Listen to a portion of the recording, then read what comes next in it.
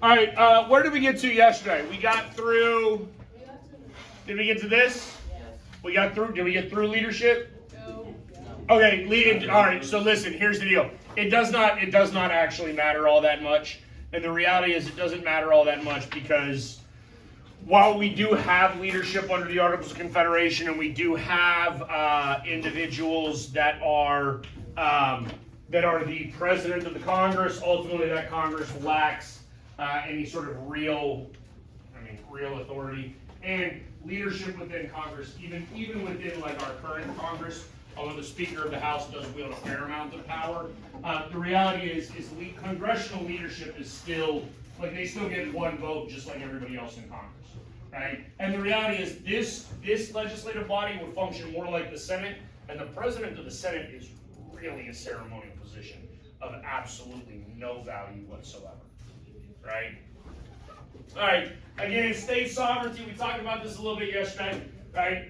So hopefully we understand that with state sovereignty, states maintain their own individual armies, right? That's part of their state sovereignty. Now that's going to end up getting very, very significant as we move forward because the inability of the states to sort of provide for their own defense, and then whether or not that common defense, that's going to become an issue that's ultimately going to tear all of this down, right? States get to make their own agreements with foreign powers, right? Which would actually be sort of a violation of the Articles of Confederation, but at the same time, it's not a violation of the Articles of Confederation, which is what, again, further deteriorates the validity and the opportunity of the Articles of Confederation, because the Articles were supposed to give them power to make like treaties and negotiations and deal with foreign powers, but now individual states can also do it, which is going to cause some issues as it pertains to supremacy, right? And we'll see that in our next unit as we talk about the supremacy clause and the separation of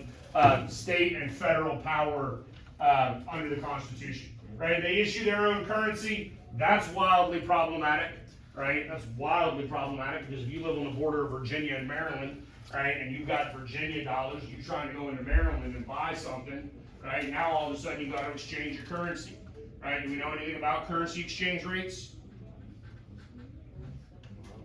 So currency is currently traded on open markets. Do we know what that means?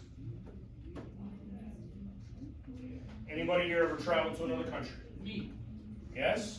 When you travel to another country, do you go and take your money to like a bank and trade your dollars in for yen or pesos or whatever? Yeah? No? You didn't do that? I do. What country do you live in? Well, it's because it's Mexico. Right? Tom, were you in a border town? No, it wasn't a border town. It was like a town outside of a resort. Like a tiny town. Like outside of like Cancun type place? Cozumel, like a touristy place? Yeah, that's why. Right? Plus, I mean, anybody in Mexicans would prefer dollars to pesos. Well, understand, I mean, you'll learn this next year in economics and government. I mean, the American dollar is actually the standard currency for dozens of nations. Right? There are dozens of nations in the world, dozens of nations, that on international markets, they operate in US dollars. Right? Even countries that actually have their own domestic currency still utilize the dollar internationally. All right, so the no common, those are a whole bunch of different currencies, right? The no common currency creates a significant issue. Again, because we have exchange rate issues, right? But then also we have inflationary issues because different states are printing currency at different rates, right? That causes inflation. Okay? In fact, the basics of inflation is the idea of too much money in the monetary supply. All right? So you have significant inflation, you have depreciation of the continental currency that was created during the actual war. All of this leads to an inability to pay off war debt. The lack of the ability to pay off war debt is significant in terms of the general detriment to the welfare of an economy, right? Because now any currency that you have becomes utterly worthless, thus, right, deteriorating sort of confidence in the system as a whole, right? So we're going to end up in a fairly substantial economic depression as a result of all of this, right? And what you need to understand is when the government has economic issues, that trickles down to individuals. Yes? Okay? So if we have monetary and economic issues at the governmental level, that's going to influence the ability of the people, right, to participate economically. All right, this brings us to Shays' Rebellion, and Shays' Rebellion is really going to be the straw that breaks the camel's back, right? Meaning Shays' Rebellion is going to be what kills the Articles of Confederation and forces us back to the table in order to get rid of the Articles of Confederation and write a new document. Now, interestingly enough, and you'll see this in a second, we did not go there trying to get rid of the Articles of Confederation, but Shays' Rebellion shows us that the Articles are flawed enough that they cannot function as written. Okay, so Daniel Shay was a revolutionary soldier, right, up in the Massachusetts area. Okay, he has a little farm, sort of in western Massachusetts, and that means that he's in the western part of the state, the rural part of the state, right? He has his little farm there. All of a sudden, dollars are worthless, right? Farming is generally one of the industries most hard hit by inflationary times, right? Because what happens is they go to trade their commodity, right? They're at the whims of the market, and so when you have significant market upheaval, right, farmers can't manipulate markets because you're talking about like produce, yes? Like, do you understand what like Apple does if there's too many iPhones? Actually, let's take a real economic example, right? Are diamonds rare? No. No. Nope, diamonds are not rare. Not at all. Not in the slightest. Why are they so daggum expensive?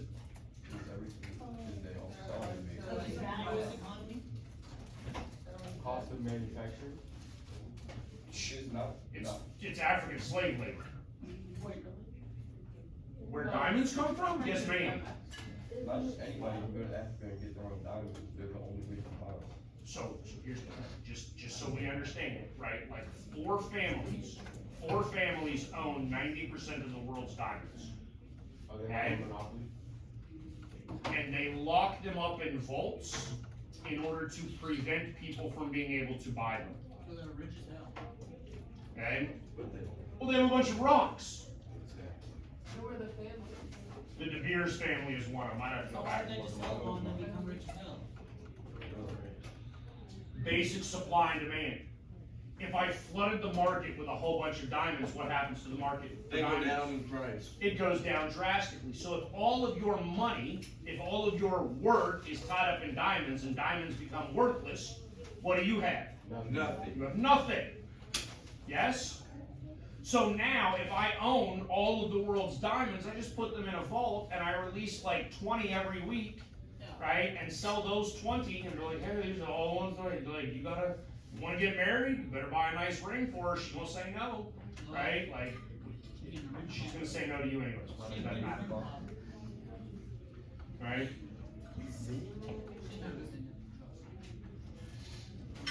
And if you are a farmer, understand this, guys. If you are a farmer, can you do the same thing? Yeah. Yeah, no, No, you can't.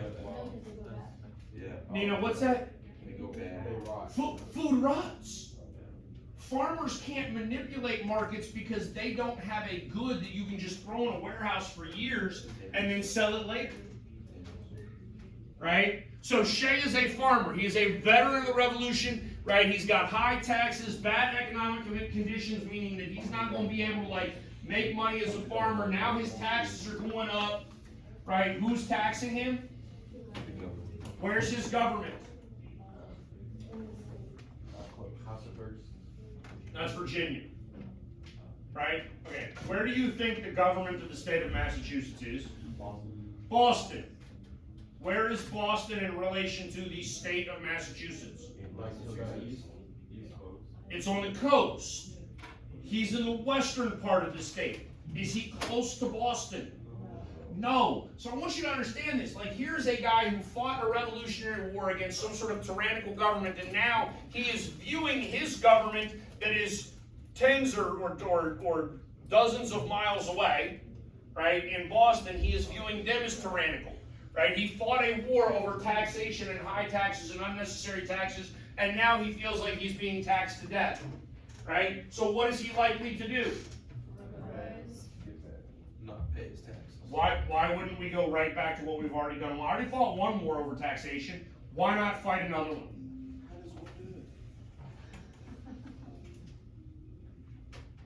So now we're going to start a second, essentially, a second Revolutionary War, right, over unjust taxation. Okay, now let's go back to the Articles of Confederation. The Articles of Confederation exist for what predominant purpose? United States. What'd you say, man? Oh, like defense? Common defense against foreign. Oh, it's against foreign powers. Oh. So if I'm a Virginian, right, and the governor of Massachusetts calls me up and says, "Hey, y'all need to come up here and help us like defeat Daniel Shea and his army," what's my response going to be? No, bro. That's no. We agreed common enemies for the purposes of invasion. Your inability to control your own state is a you problem. That's not a me problem. Do we understand? Okay? That is a you problem, not a me problem. So what happens? Massachusetts cannot defend themselves, right? We actually see some significant, like, progress made by Shea, right? Because we do not have a common enemy here invading. There is no invasion. Daniel Shea is a citizen of Massachusetts. So since there is no invasion, Massachusetts is left on its own. Massachusetts is unable to put down the rebellion by themselves.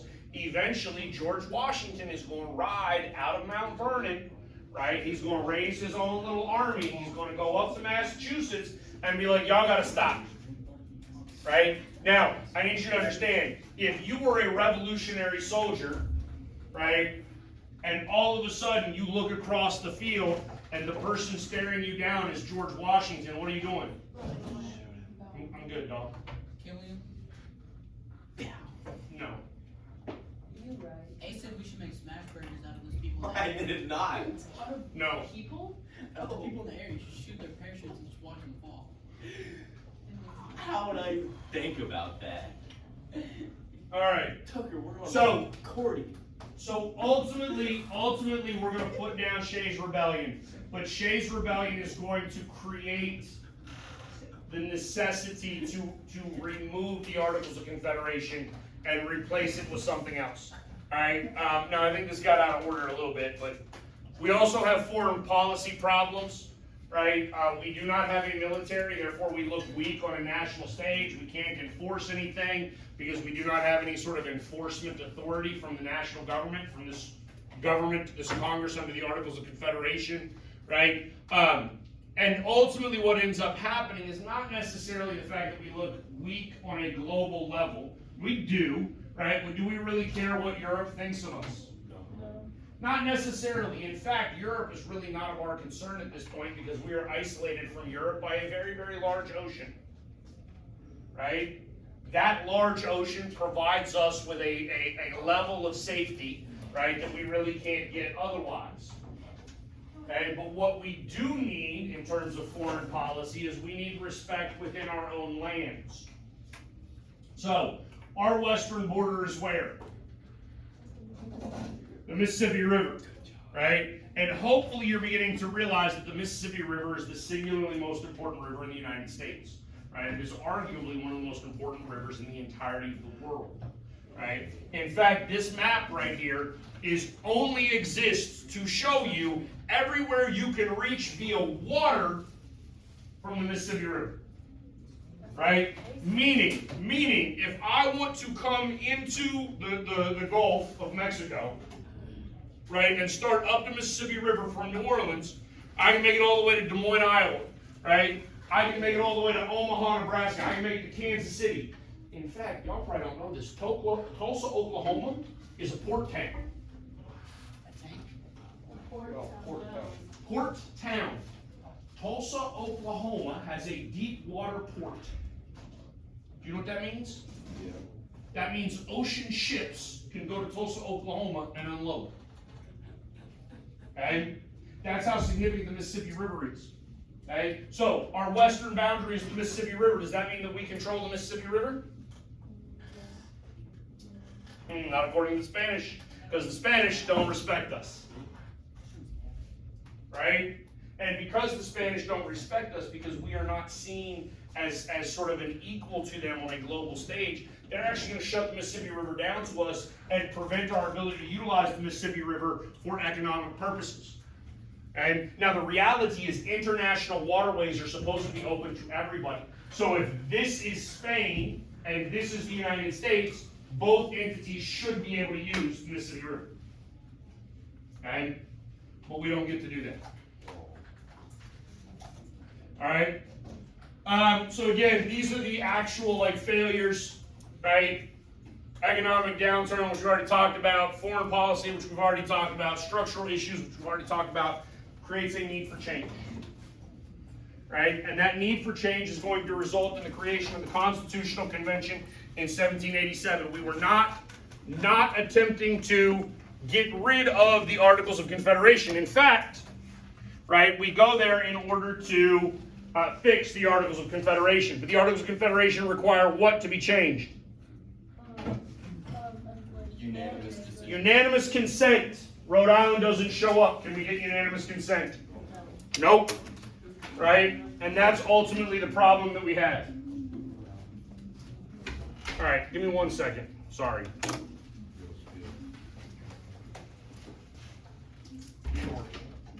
Do my work, go work. No, I want that. There's two of them. I don't care. There's two of them. I don't care. Two. Alright, you gotta bring me some food tomorrow. You gotta bring me food tomorrow. Literally. Oh, the rapper? What you gonna do, eat the rapper? So good, bro. I'm on I go report the Foster Bar School. it. Okay. That's so funny. You guys are funny, man. Well, that should be funny as hell. Oops. Hey, go follow me on Instagram. I'm not gonna take my Instagram. At Ace.Uthier. They're gonna call me. They're gonna see my TikTok. Hey, just call me. You know where I'm at.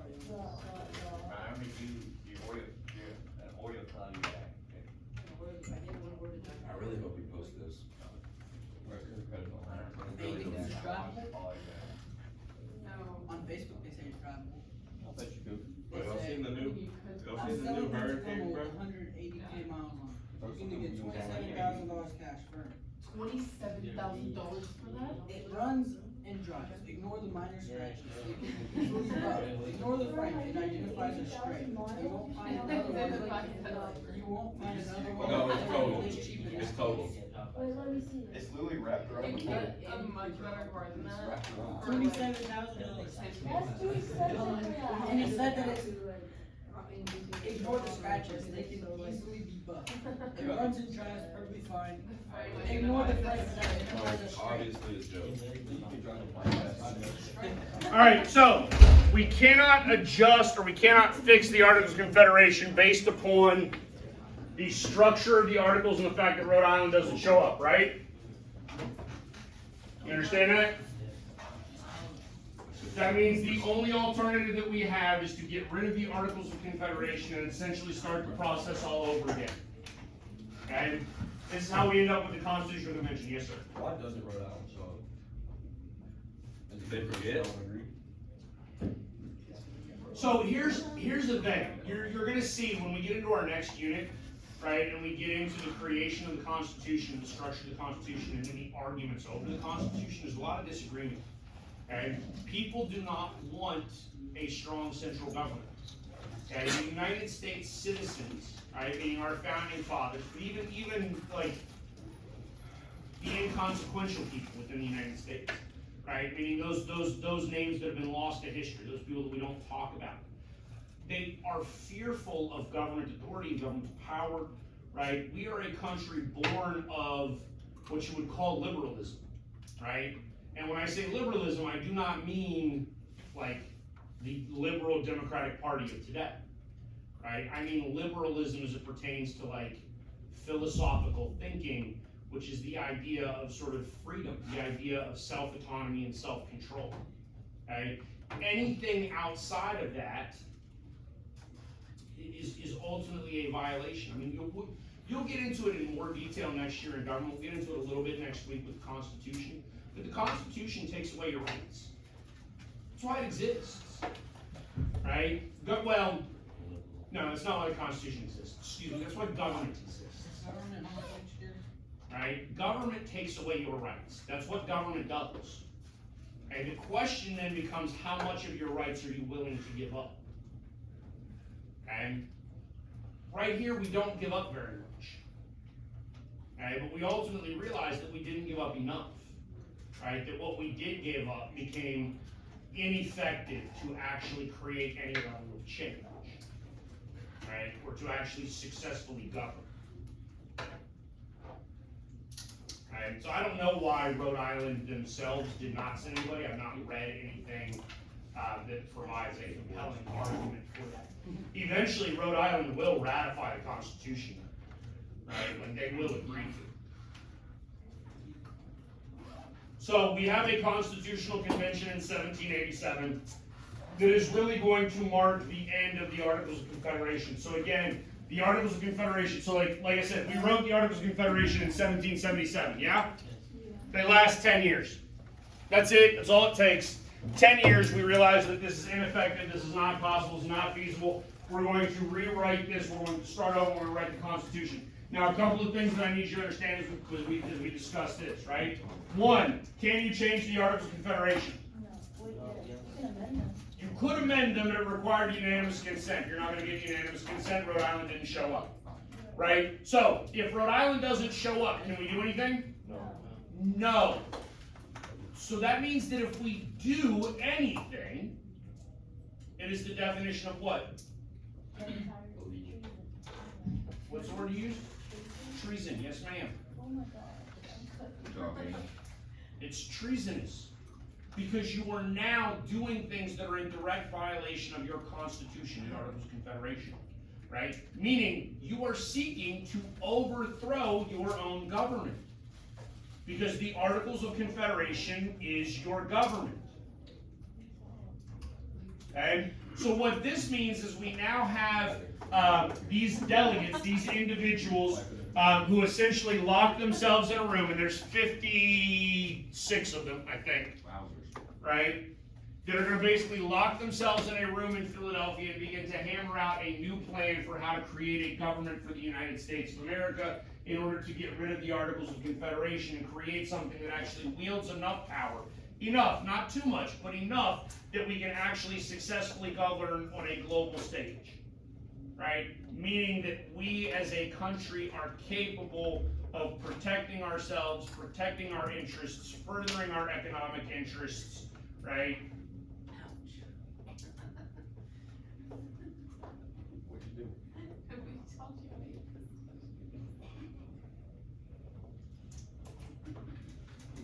I want to make a joke so bad. Please do it. Please do it.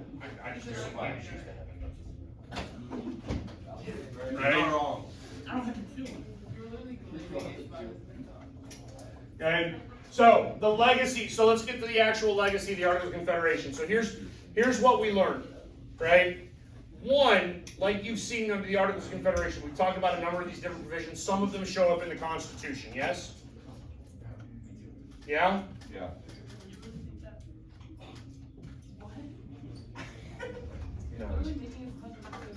No, but I do appreciate you like brushing foodstuffs on the floor of my room.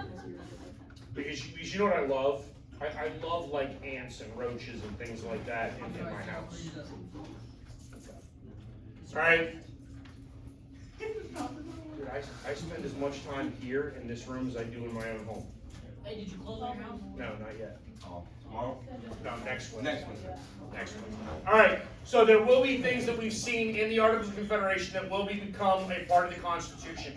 We understand the need for more power at the national level, but we do not want to overstep the power of the states. We want states to have some level of autonomy, some level of control, right?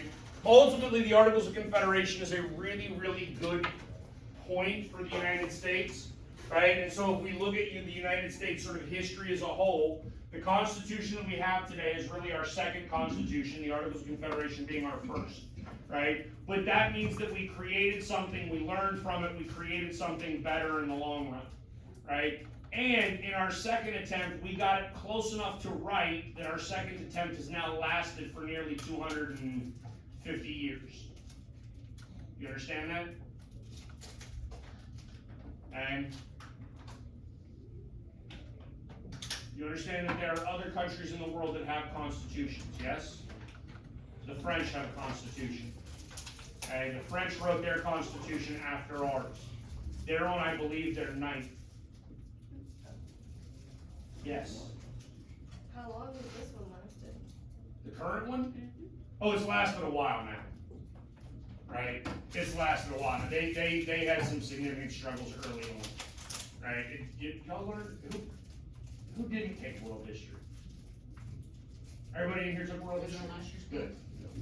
Oh god. Good. So if you took world history, right? Like hopefully you went over the French Revolution in some level of detail. I'll be honest with you, that's probably what's going to happen here in the United States soon.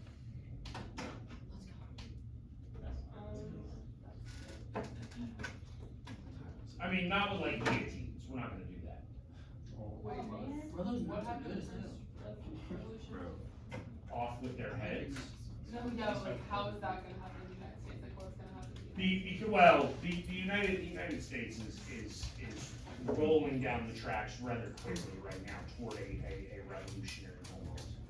Right? The reality is what is currently going on in the United States is not sustainable. What's currently going on in the world is not sustainable. Right? And now even taking aside politics or personal beliefs or anything of that nature, you're going to end up with a massive revolution because economically you cannot maintain the status quo. Right? The United States cannot continue to be 30 some odd $1 trillion in debt. Right? And continuing to grow the debt at a significant rate annually. All right. So that's the end of that. Okay, we have a test tomorrow, yes?